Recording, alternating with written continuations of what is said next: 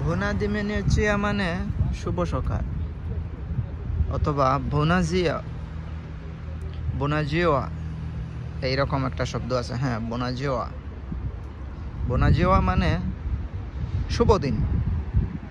আর এই শুভ দিনের প্রেক্ষিতে আমি এক ভাইয়ের প্রশ্নের আনসার দেব। সেটা হচ্ছে, ভাই বলছিল যে ভাই রোমানিয়াতে আসতে একেবারে শুরু থেকে শেষ পর্যন্ত কি কি করতে হয়, কি কি লাগবে, পুরো একটা ভিডিও চাই। আজকে যদি আপনি মনোযোগ দিয়ে শুনেন, আমাকে নাই দেখেন সমস্যা নাই, কিন্তু আমার কথা তো আপনি শুনতে পাবেন। সাথে এই এনভায়রনমেন্ট, এই গ্লোবালাইজেশনের সুন্দর প্রকৃতি, আল্লাহর সৃষ্টি এবং প্রাকৃতিক পরিবেশের সৌন্দর্য আপনি দেখে দেখে আপনি শুনতে পারেন। আর আমার হাতে আছে 10 মিনিট, কারণ 10 মিনিট পরে বাস চলে আসবে। আমি বাসের জন্য অপেক্ষায় আছি। সো দ্যাটস ওয়াই আমার হাতে তেমন একটা সমস্যা নাই। আমি 10 মিনিটের মধ্যে কভার করার চেষ্টা করব যে শুরু থেকে শেষ পর্যন্ত কি করতে হবে আপনাকে। আপনি যদি নিজে নিজে অ্যাপ্লাই করতে চান অথবা আপনি কোনো এজেন্সির মাধ্যমে অ্যাপ্লাই করতে চান, প্রথমে আমি নিজে যে বিষয়টা অ্যাপ্লাই করার বলবো, আসলে ওটা করতে গেলে হিউজ পরিমাণ টাইম লাগবে। মনে করুন আপনাকে 1 বছর সময় নিতে হবে আপনি যদি নিজে অ্যাপ্লাই করেন। ঠিক আছে, লুক্রো মুনসা নামে একটা ওয়েবসাইট আছে, তাদের সরকারি ওয়েবসাইট। এই ওয়েবসাইটে প্রচুর পরিমাণে জব মিলে। ওইখানে আপনি আপনার প্রোফাইল অথবা সিবি অনুযায়ী আপনি অ্যাপ্লাই করবেন। আপনি যে কাজ জানেন সেই কাজের উপরে আপনি একটা সিবি তৈরি করবেন। আর সিবি তৈরি করার পরে সিবিগুলা আপনি ইমেইলের মাধ্যমে হোক আর হোয়াটসঅ্যাপের মাধ্যমে হোক, সেখানে হোয়াটসঅ্যাপ নাম্বার এবং ইমেইল নাম্বার সব দুটাই দেওয়া থাকে। ওইখান থেকে আপনি কালেক্ট করে আপনি কনভারসেশন করে হোয়াটসঅ্যাপের মাধ্যমে হোক ইমেইলের মাধ্যমে হোক আপনি আপনার ফাইল জমা দিবেন। আপনার কাছে থাকতে হবে পাসপোর্ট এবং ছবি থাকতে হবে 35-45 সাইজের হোয়াইট ব্যাকগ্রাউন্ড এবং পুলিশ ক্লিয়ারেন্স। এই তিনটা আপনাকে প্রথমেই করতে হবে, রেডি রাখতে হবে। একটা ফাইল জমা দেওয়ার প্রথম ধাপই হচ্ছে এইগুলা। মানে আপনি যেই কাজ জানেন সেই কাজের উপরে চেষ্টা করবেন আপনি অ্যাপ্লাই করার। এখন যদি বলি আপনি এজেন্সির থ্রুতে যদি আপনি জমা দেন, তাহলে অবশ্যই আপনাকে ওই তিনটাই জিনিসই জমা দিতে হবে। আর প্লাস এজেন্সির থ্রুতে দিলে প্রথমে তাদেরকে টাকা দিতে হয়, এটাই আর কি। আর আপনি যদি নিজে অ্যাপ্লাই করেন, ওইখানে টাকা পয়সা না দিলেও চলে, কারণ যার প্রয়োজন, যার কোম্পানিতে আপনাকে নিবে, সে তার প্রয়োজনে আপনাকে এখানে নিয়ে আসবে। আমি মনে হয় খুব সহজে এটা বুঝাতে সক্ষম হয়েছি, আপনারা বুঝতে পারছেন। আর দ্বিতীয়ত আপনার টাইম লাগবে তো আমি বলছি। আর ওই অনেক এজেন্সির ক্ষেত্রেও কিন্তু সেম টাইমই লাগে, 8 মাস, 9 মাস, 6 মাস এরকম টাইম। আসলে কোন সেক্টর থেকে কত দ্রুত ভিসা পাবেন বা ওয়ার্ক পারমিট পাবেন সেটা নির্ভর করে আসলে সিটিগত বিষয়ের উপরে। এবং ওই আপনি যদি একটা সিটি যেই জনবহুল এরিয়াতে যদি আপনি অ্যাপ্লাই করেন, ওইখানে তো একটু লেট হবেই, কারণ এখানে ফাইল প্রচুর পরিমাণে জমা হয়, তাই না? আর এটা একদম সহজ সিস্টেম আর কি। এখন আপনি যদি নিজে অন্যান্য দেশ থেকে অ্যাপ্লাই করেন, এক্সাম্পল মালয়েশিয়া, এরপরে কাতার, ওমান, বাহরাইন, সৌদি আরব, সিঙ্গাপুর, কুয়েত থেকে যদি আপনি অ্যাপ্লাই করেন, সেমই সিস্টেম।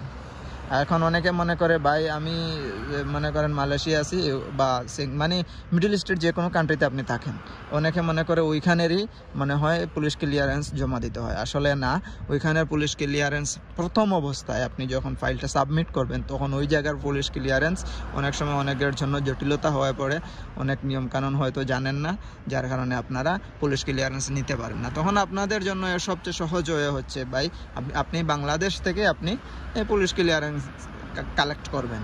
ওইখান থেকে বাংলাদেশ থেকে পুলিশ ক্লিয়ারেন্স কালেক্ট করার পরে আপনি ফাইল সাবমিট করেন, কোনো সমস্যা নাই, আপনার ওয়ার্ক পারমিট আসবে, 100% আসবে। ওকে, এরপরে আপনি টাকা পয়সা তো যাই জমা দিলেন। এখন বর্তমানে শুনতেছি বাংলাদেশ থেকে হোক, অন্যান্য দেশ মিডল ইস্ট থেকে হোক, 10 লাখের উপরে আসলে নিচ্ছে। আসলে এটা একটু বেশি হয়ে যায়, 10 লাখের উপরে আসলে বেশি হয়ে যায়। এখানে রোমানিয়াতে যদি মানে আপনি সারভাইভ করেন বা আসেন, এখানে আপনি আসলে এত টাকা দিয়ে না আসাটাই আমি মনে করি বেটার। আপনার কাছে যদি সাধ্যমতো 7 থেকে 7 লাখ 8 লাখ হলে ঠিক আছে, এর উপরে যদি চলে যায় আসলে অতিরিক্ত মানে জুলুম হয়ে যায়, আমি সেটাকে জুলুম হিসাবেই ধরি। এখন আপনি আসেন ওয়ার্ক পারমিট পাওয়ার পর কি লাগবে। এখন আপনি ওয়ার্ক পারমিট পেলেন, ঠিক আছে, ওয়ার্ক পারমিট পাওয়ার সাথে সাথে যদি আপনি নিজে নিজে অ্যাপ্লাই করেন তাইলে এই জিনিসগুলোও লাগবে, প্লাস আপনি যদি এজেন্সির মাধ্যমেও করেন তারপরেও একই সিস্টেম, নিয়মটা একই, কিন্তু ডিফারেন্স হচ্ছে এটা আপনি নিজে করবেন আর মানে আপনার কাজ অন্য করবে, এটাই আর কি। কিন্তু সব ডকুমেন্টসগুলো আপনাকেই দিতে হবে, তাই না? ডকুমেন্টসটা হচ্ছে আপনি আবার ওই যখন এমবেসি ওয়ার্ক পারমিট আসবে তখন তো আপনি রেডি হয়ে যাবেন এমবেসি ফেস করার জন্য, মানে আপনি ওয়ার্ক পারমিট পাওয়ার জন্য। কুয়েতের অবস্থা একদম ভিন্ন। কুয়েতে কিন্তু এত জটিলতা নেই যে আপনি নিজে গিয়ে এমবেসি ফেস করবেন, এরকম নাই। শুধু পাসপোর্ট জমা দিবেন ও তার ওনার মতো করে সব কিছু ঠিকঠাক আছে কিনা ফাইলগুলো জমা দিবেন, দেখবেন, বেশ ভিসা লেগে যায়। কুয়েতে 100% ভিসা হয়ে যায়।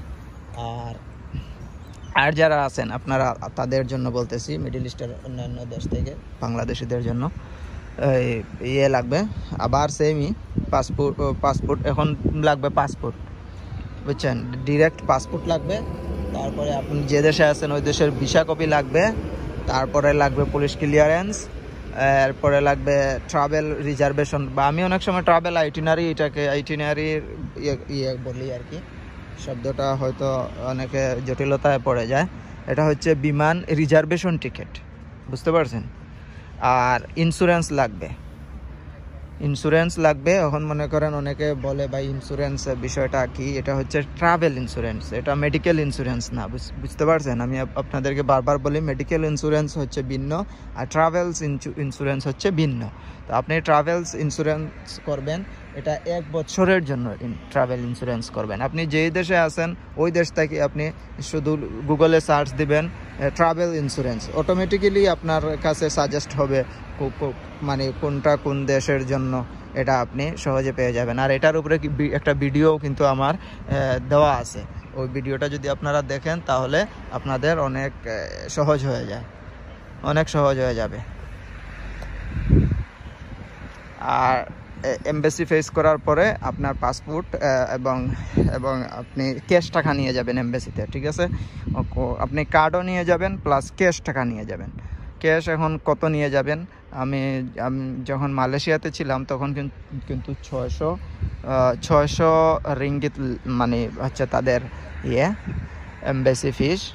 আর অন্যান্য দেশে আসলে কত সেটা আমার জানা নাই, তবে গুগল সার্চ করলে, আর যদি আপনি এমবেসি অফ মানে আপনি যেই দেশে থাকেন, যদি আপনি কাতারে থাকেন এমবেসি রোমানিয়ান এমবেসি ইন কাতার এরকম লিখলে সার্চ দিলে আপনি মানে রোমানিয়ান যে এমবেসির পেয়ে যাবেন, ওয়েবসাইট পেয়ে যাবেন। ওই ওয়েবসাইটে কিন্তু আপনার ফি লেখা আছে, কেমন ফিটা কিন্তু 130 ইউরো মেবি এরকমই 130 ইউরো বা সামথিং এরকম, বা 200 ইউরোর মতন হবে, ওই রকম টাইপের আপনি টাকা মানে ক্যাশ নিয়ে যাওয়ার চেষ্টা করবেন।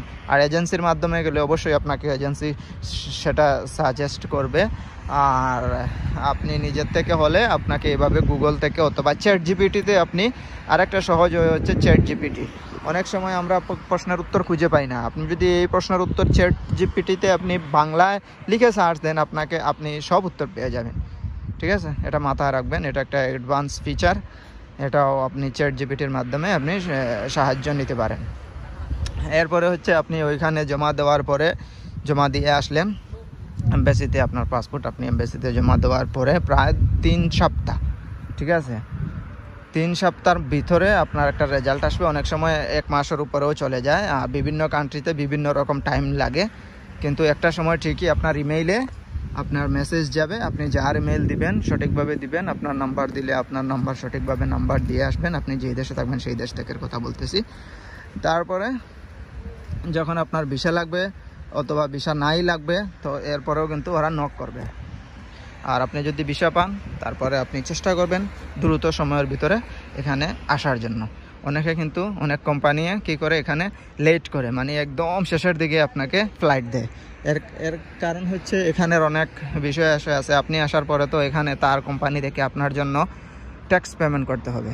এই ট্যাক্সের যে বিষয়টা ওইটাকে তারা মানে ইয়ে করার জন্য সময়টারে ইয়ে করার জন্য আর কি, স্পেন্ড করার জন্য তারা সহজে ইয়ে করে না, ওই তাড়াতাড়ি ফ্লাইট দেয় না, অথবা এখানে তাড়াতাড়ি ফ্লাইট দিলেও এখানে অনেক সময় টিআরসি কার্ড করার জন্য অ্যাপ্লাই করে একদম শেষের দিকে, যেটা আমার কোম্পানিও আমার সাথে এটা করছে। মানে আমি আসার পরে ওখানে আমার কোম্পানি মানে দ্রুত সময়ের মধ্যে আমার টিআরসি কার্ড করে দেয় নাই। এখানে আসার পরে সে কী করছে, আমার যেদিনে একদম লাস্ট ডেট, মানে আজকেই মানে আমার ইয়ে শেষ হয়ে যাবে, যেটাকে বলি মনে করেন আজকেই আমার ভিসার মেয়াদ শেষ হয়ে যাবে, ওই দিনই কিন্তু আমাকে নিয়ে আসছে টিআরসি কার্ড করার জন্য। কিন্তু ওইটা কি হলো, ওই বলে যে হয় নাই, ফাইন দিতে হয়, পেনাল্টি দিতে হয়। তো যাই হোক, আমি বলছি যে আমি তো ফার্স্ট টাইম, তারপরে উনি আমাকে মওকুফ করছে পেনাল্টি, আর আমি একাই আমার নিজেরটা নিজেই করছি। এই দিক দিয়ে আমার একটু দক্ষতা ভালো আছে, টিআরসি কার্ডের যে বিষয়টা, এটা আমার ভালো একটা দক্ষতা আছে।